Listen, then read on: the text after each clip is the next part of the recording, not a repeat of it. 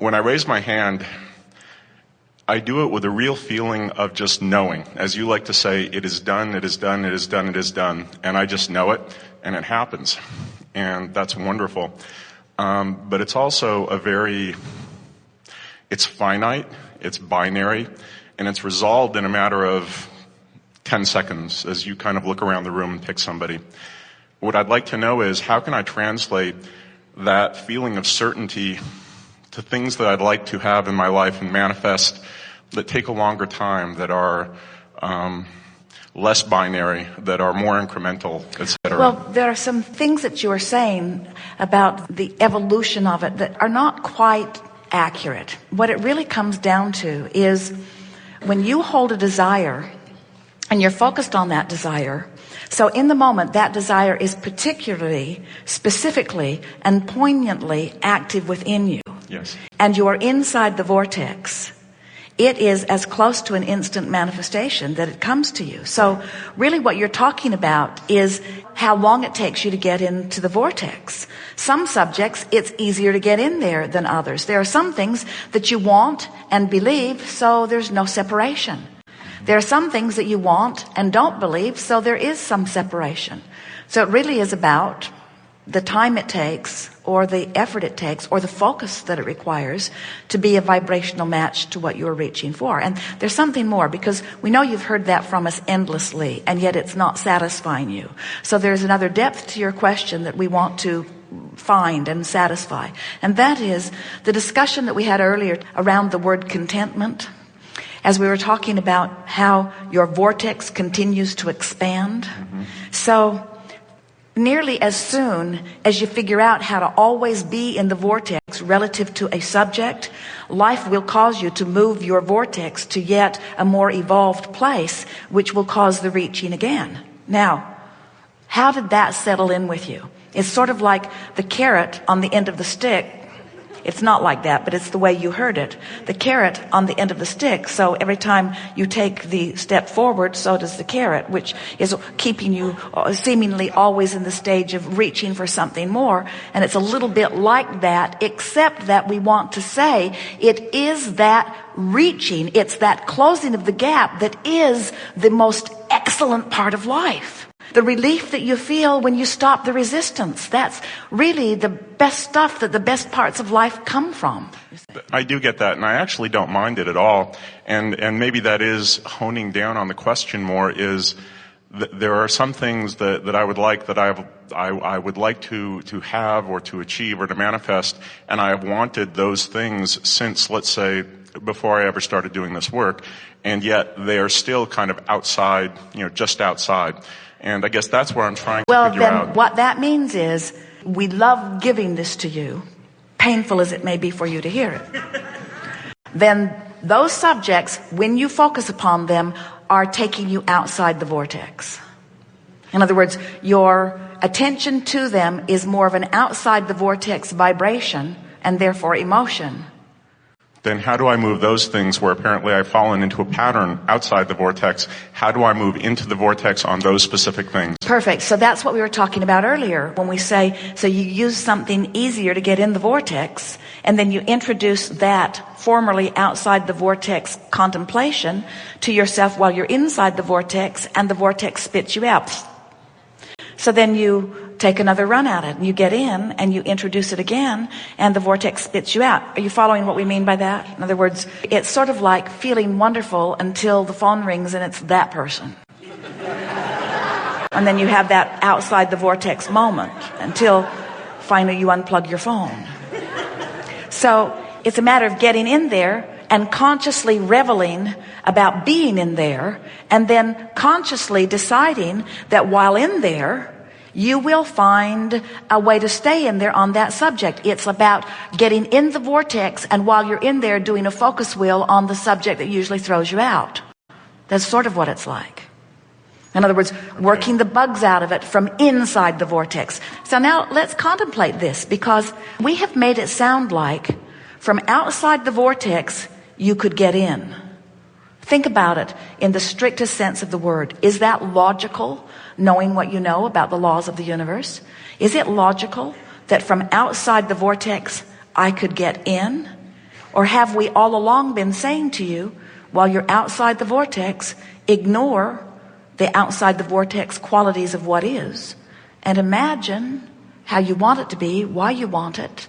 In other words, you got to think inside. They say think outside the box. We're saying think inside the vortex. But then how am I, well, but again, that gets around to another question along those lines, which is, am I having too much trouble then confusing step 1 and step 3? Because when you're saying to get inside the vortex on the subject that I may be thinking about that I have not yet achieved, that seems to be more of step 1. And how do I get to the point? And you've said constantly, once you ask the question, it's asked. And therefore, how do I allow it?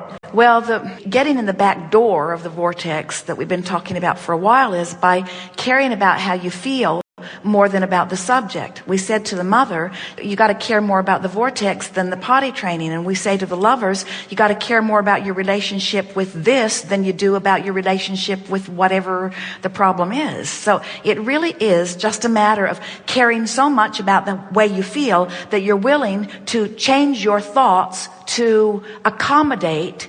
It's like saying, okay, these two things I want. I want to be in the vortex, and I want to think about this subject. Mm-hmm. And as long as you're saying, well, I can be in the vortex, or I can think about this subject, but I can't do both at the same time, then so be it. But if you say, I'm willing to modify my perspective of this subject enough that I can contemplate it while I'm in the vortex, then in time you stumble on through trial and error the recipe that lets you see this through the eyes of Source. And we're really sort of complicating it here by talking theoretically instead of specifically. You want to talk specifically? No, probably not.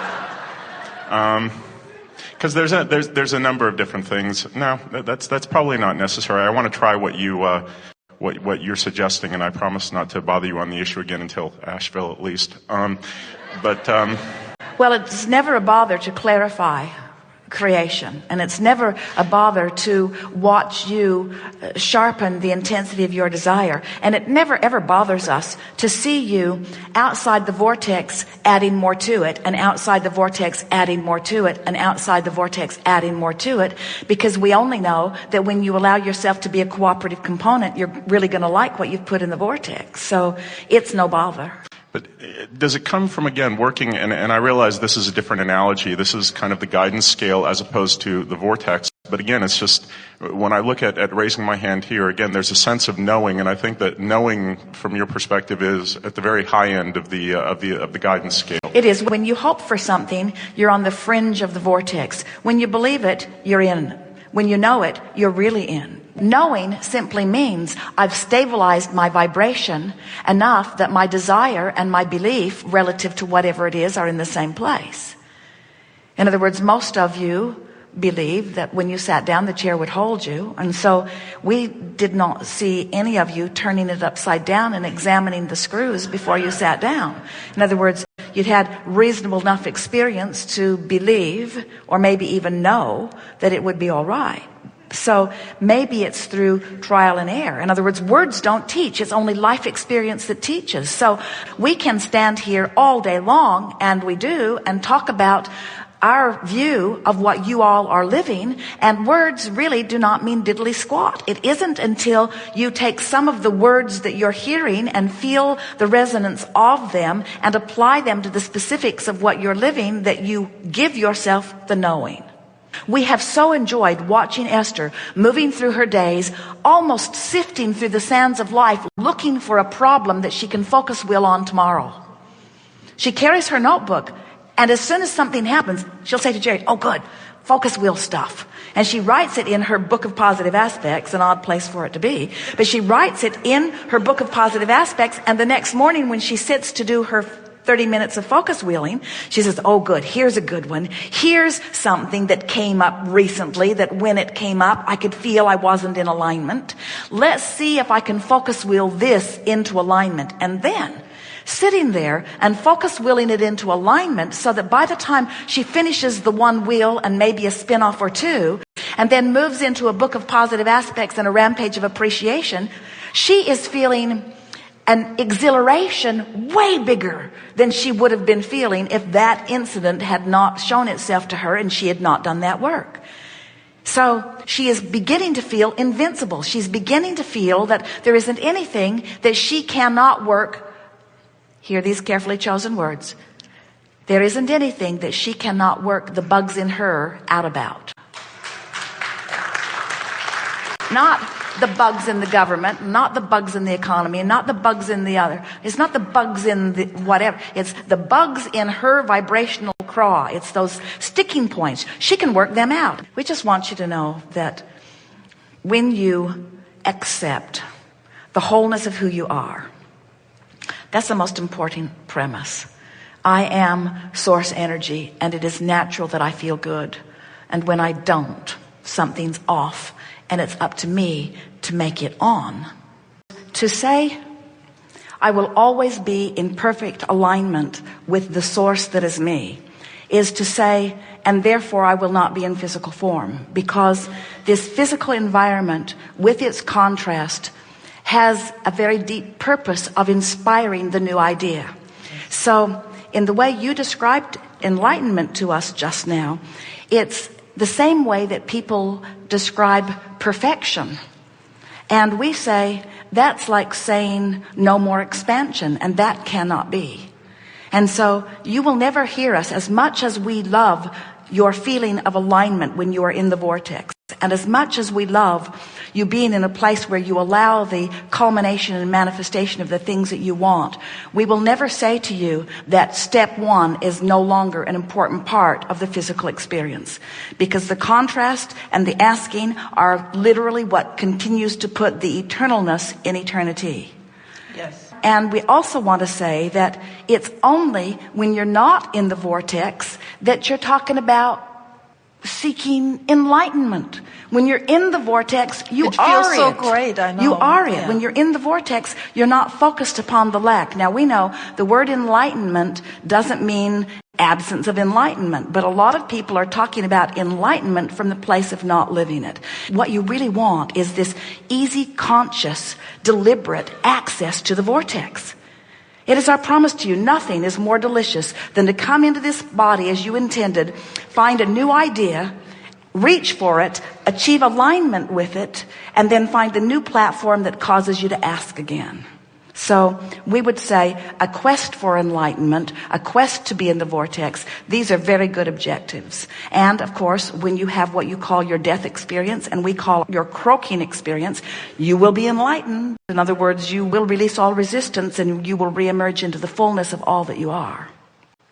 So if there is an enlightened, so-called or self-proclaimed enlightened master, a spiritual teacher, what is the difference?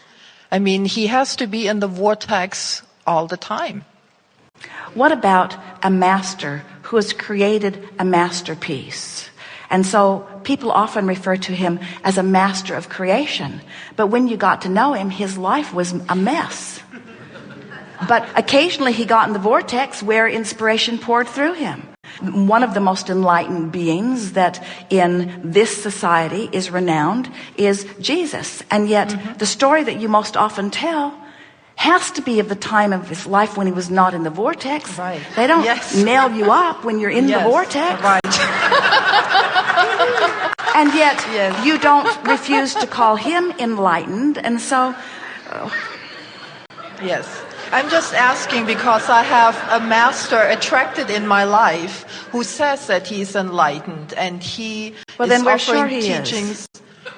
Well, if he feels this way and he looks like he's in the vortex, he is very happy. And when you are wanting to inspire people into the vortex, it's nice to be in there too. Right. And we are not for a moment implying that he isn't usually in there, but we will not agree with him if he is saying he is always in there, because he is still in physical form. Yes. I just needed that clarification. Yes. Wonderful.